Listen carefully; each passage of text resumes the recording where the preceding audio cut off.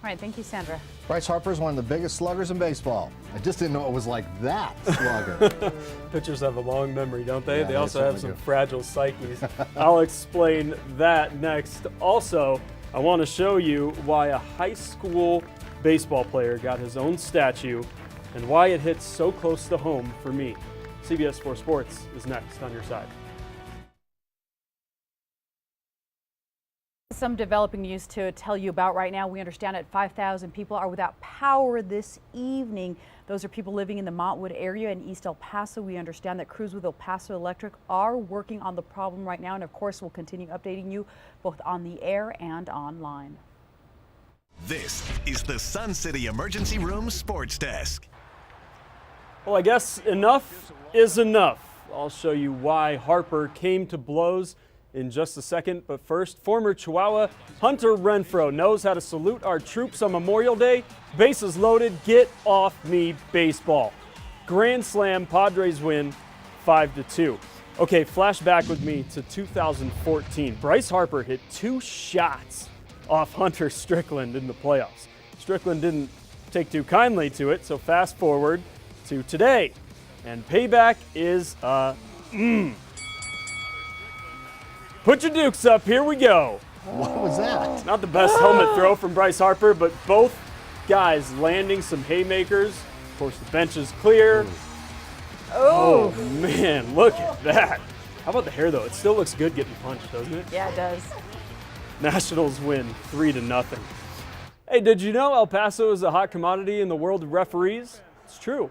We're one of only a handful of places Super Bowl caliber officials like Carl Cheffers come every year to call high school football games. The casual fan might think that the referees show up 30 minutes before the game and call the game, and that is so far from the truth. It's one of the most thankless side jobs in America. Hearing it from coaches, players, and of course, fans. We do year-round training, studying the rules, studying video. Countless hours go into, in addition to your regular job, training for your football job to get ready for the weekend, to give the teams and the coaches and the fans the best officiating game possible. El Pasoan Victor Firth has been an NCAA official for more than 15 years. The Eastwood grad has also spent the last dozen years bringing hundreds of his peers to train with some of the NFL's best right here in El Paso. Carl Cheffers, last year's Super Bowl referee, NFL referees Tony Correnti, Walt Anderson, Terry McCauley. Around here you're going, no.